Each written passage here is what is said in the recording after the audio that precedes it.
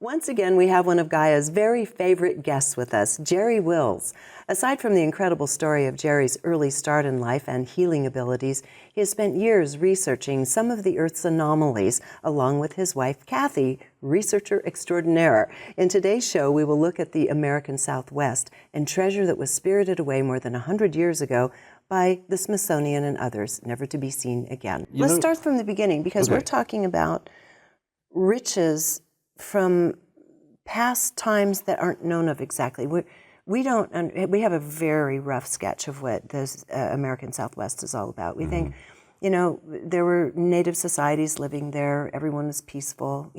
Buffalo was plentiful. And then you had the white man come across and do what they did, and very disrespectfully so. And that's the end of the story. There's the West. Yeah. But there are layers and layers of antiquities and history that go probably hundreds of thousands, if not millions of years prior to that little tiny story. And we're going to dig into some that have to do with sophisticated modern type treasure from very ancient times. Yeah, of course. I think, what we're going to be talking about, so your viewers will understand, of course, is this mythological story of a lost city in the Grand Canyon. And its booty. And how for decades, many decades, perhaps even up to 100 years, it was considered to be just a tall tale, kind of like an April Fool's Day joke, that was put into the newspaper. And no one past a point really gave it any thought as being a real thing, because after all, there was one story, that's the all and end of it. Well, we had come across this story, and Kathy said, we need to find out if this is real or not. And I said, why? She said, well, because if it's real, it leads to something else. She says, look what I found here. So I took a look, and what she had discovered was in an ancient manuscript. She'd already started researching this. She'd found an ancient manuscript from Asia that talked about a pilgrimage that was taking place for many, many years. I don't know for how many. But they were coming from Asia, and they were going to a place called the Canyon of Light to see the child of the sun. She says, what is this? Well, that's intriguing, because I didn't even give a thought to people from Asia making a trip to some place called the Canyon of Light that would be across the ocean. And it wouldn't be until many years later we actually found evidence that this was indeed what was happening.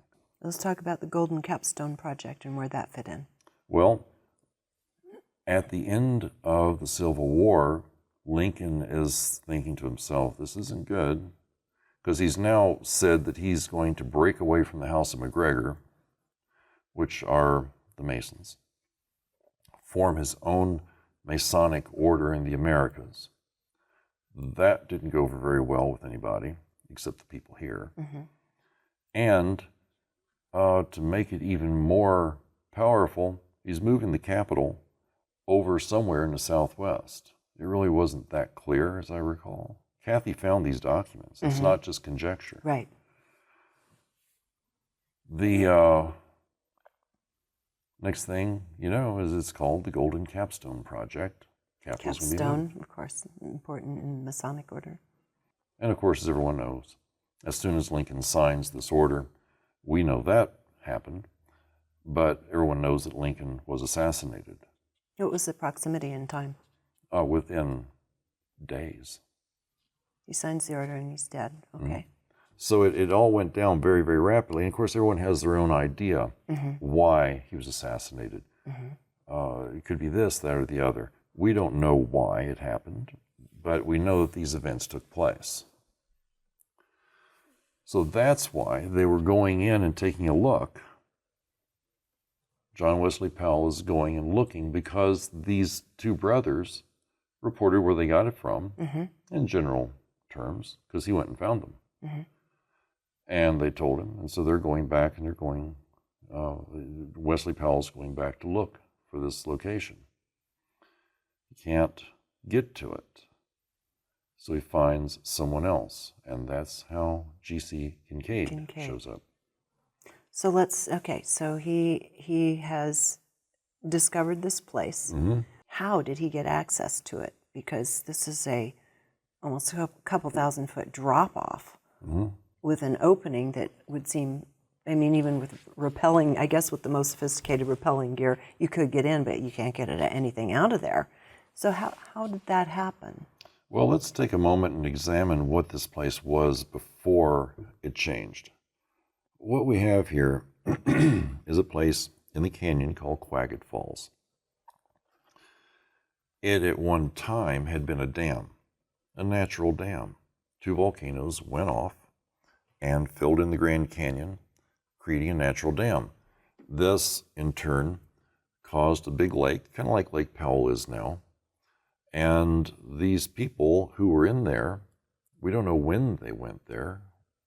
We don't know what that story is. All we know is that there were Asians coming across, going up the Colorado River, getting to this dam, climbing up, getting into boats, and going across to the entrance of this underground city. Okay. And they called it the City of Light. They were going there to pay homage to the child of the sun. We don't know who that is, what that means. So we have those events going on, and now you have Powell and Kincaid having gone there 2 different times in history. And this dam has broken. Right, that's the key part. So the water level's not at 1,800 feet high. Okay, can I insert a story here? Mm-hmm. Don't forget where you are. I don't even know if I'm supposed to be talking about it. It was a documentary I was going to do 10 years ago. I won't tell anyone. Thank you. Shh. Be quiet. And I won't get into details just in case, but well, a little bit. It was called the Mystery of the Cliff Dwellers. That's what the documentary for PBS would have been. A man who worked for NASA and had access to all satellite imagery and was an extreme climber and spelunker and such in the Southwest as well, made a discovery. And the only question was the timing on it.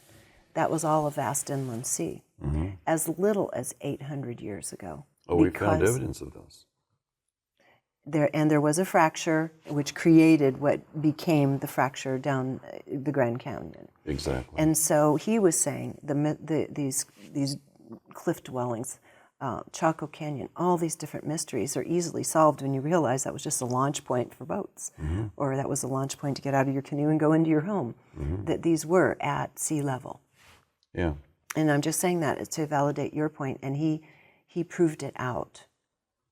Yeah, and those ones you're talking about around the Colorado Plateau, as I recall, there were 3 lakes there.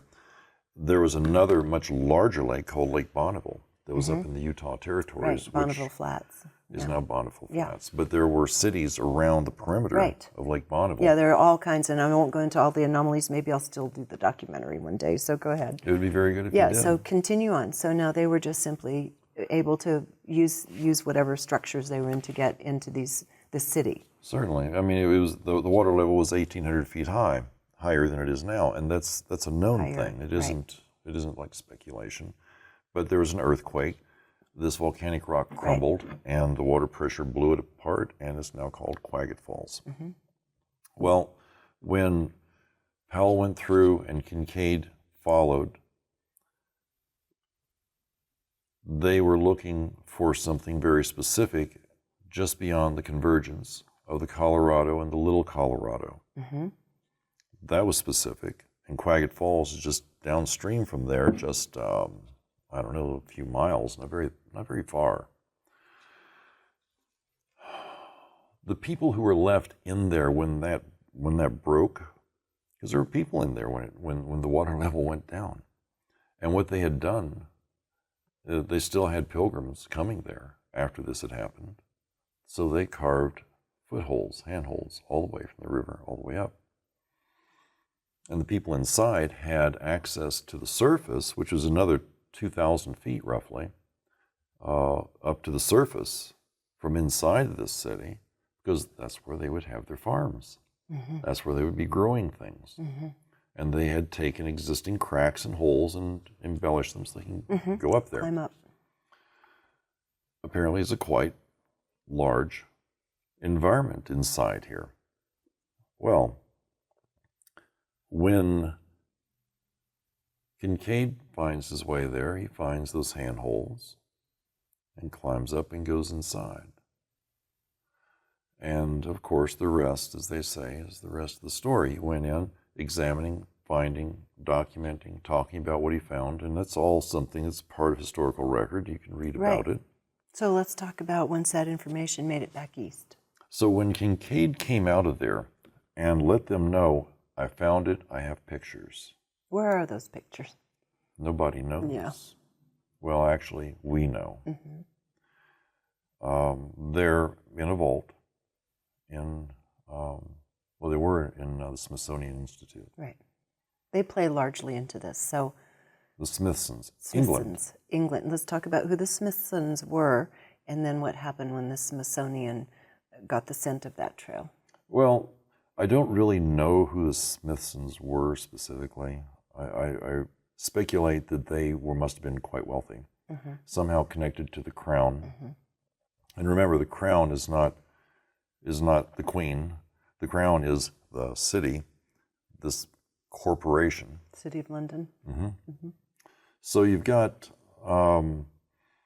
these folks from England with a lot of money and influence who are somehow now involved with this project. And you have someone in this remote place, the Arizona Territory, Yuma of all places.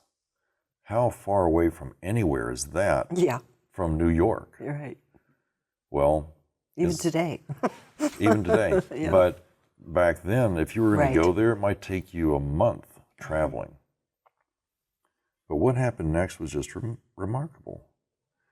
As soon as it's known, within 2 weeks, an expeditionary force has assembled at the edge of the Grand Canyon and is ready to do whatever they need to do to get inside there.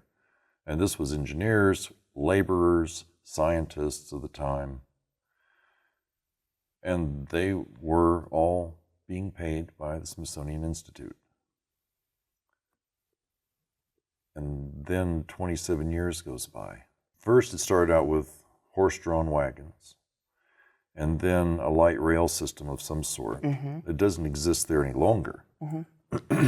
But we know that this was the case because when you use infrared satellite imagery and look, you can still see the evidence of these lines and these tracks and where it started and where it went.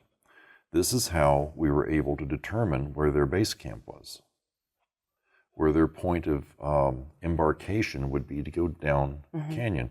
Because really, getting anything out of the canyon is impossible. You can't go upstream, you can't go downstream with any ease. The only way to do it is to go over the edge. But the only way to successfully go over the edge is to have plateaued areas like stair steps where you bring it up, bring it up, bring it up.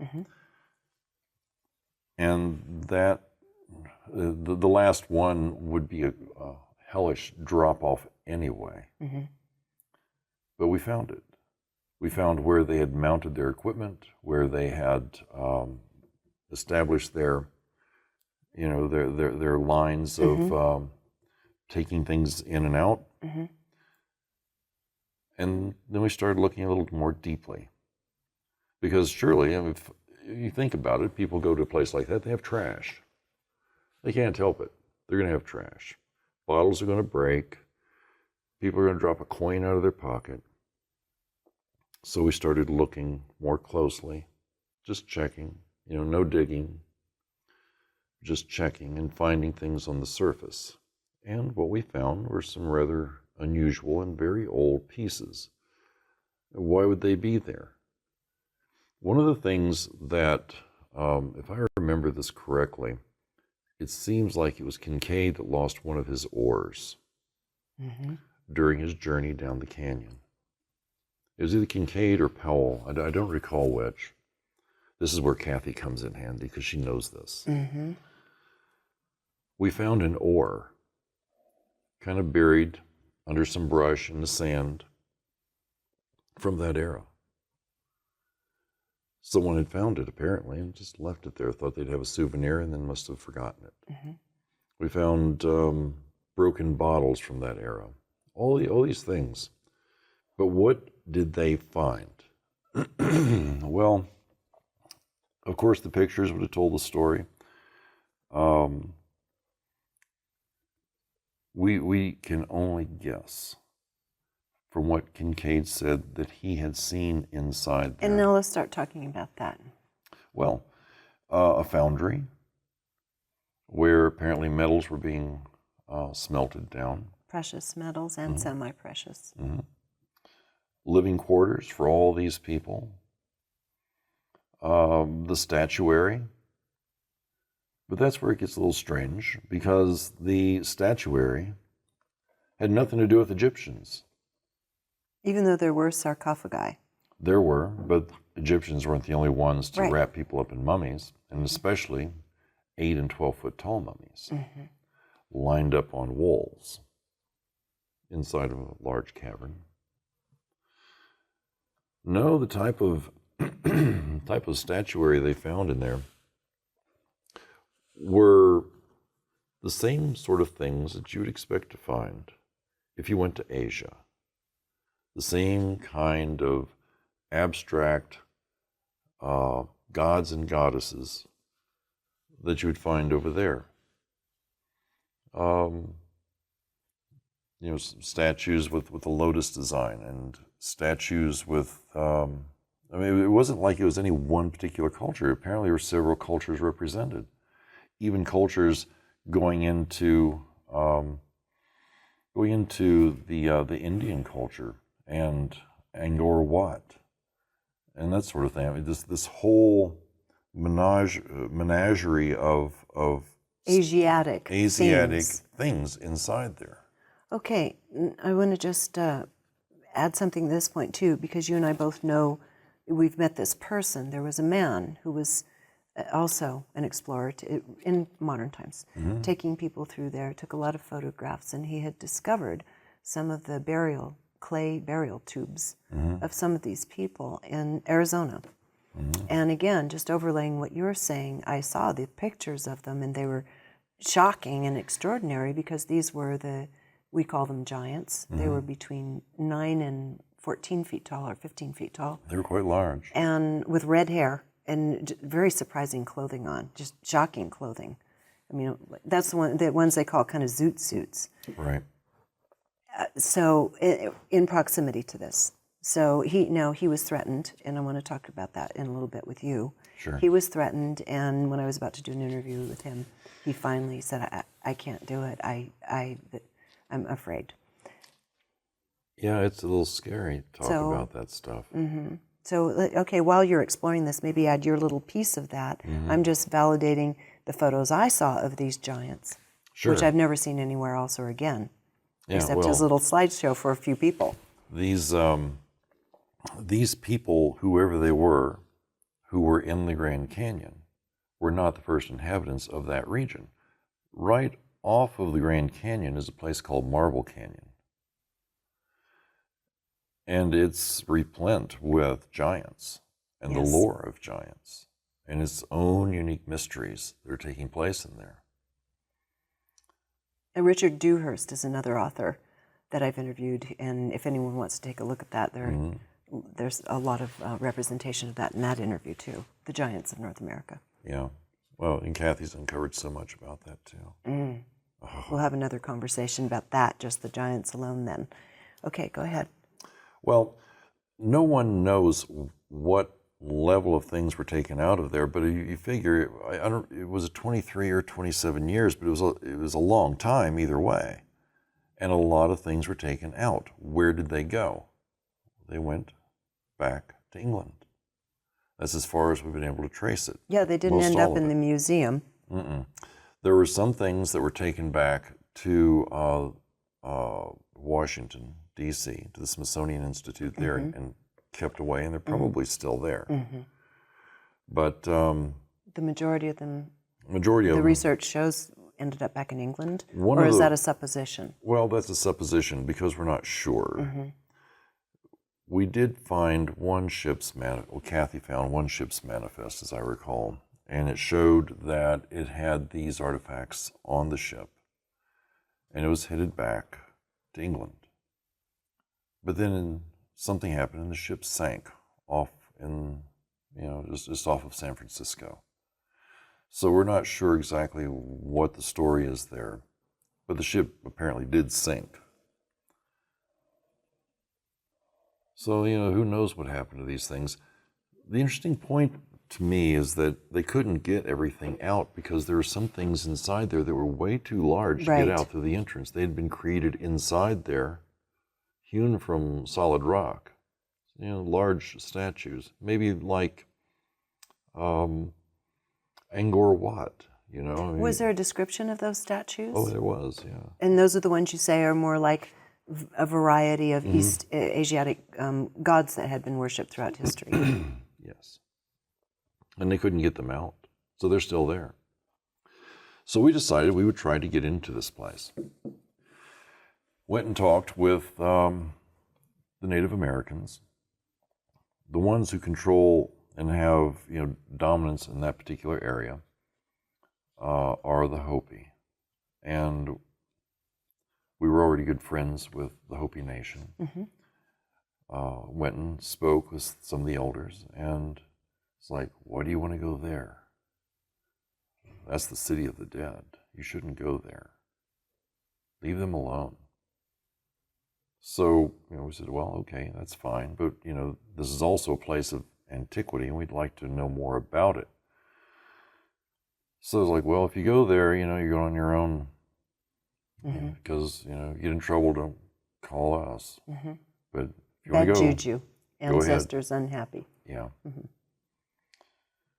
So one night we were there with our research team, and I think this was like year 2 or year 3, and a terrific storm is blowing up. There was a storm to the north and a storm to the south, or perhaps as east and west, because there the directions get slightly askew. But there's a storm on either side of us, a huge storm. Lightning is flashing in the distance over here and over here. Winds blowing from this direction, then that direction. In the midst of this becoming more and more powerful, lightning dances across a hillside over here, and there are these 3 figures just standing there. They must have been 12, 15 feet tall. You only saw them during that point where the lightning was dancing, and then they were gone. And we didn't see them again. But it was like something very, very strange was going on. The wind blew so hard that it nearly blew us into the Grand Canyon. It was a very dangerous situation.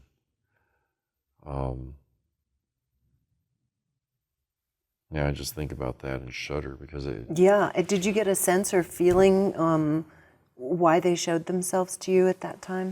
I think it was more of a warning. Yeah. Stop, don't go any farther.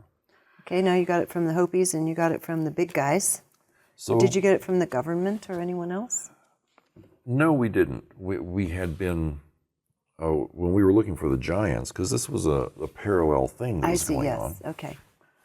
We were warned to stop because we had gotten to the point to where we figured, look, all we need is a molar or some of that red hair. Kind of like the other guy we're talking about, yeah. Just get a DNA sample, find out who these people were. Right. It just seems like a reasonable thing. Right. And we found where the giants were the same person. Yeah. He's the one who told us, the giants are right here. Right. I'll take you there, and let's find out who they are. And about 2 days before we're ready to go and do that, phone call comes in the middle of the night. Don't know who it is. Just someone warning us.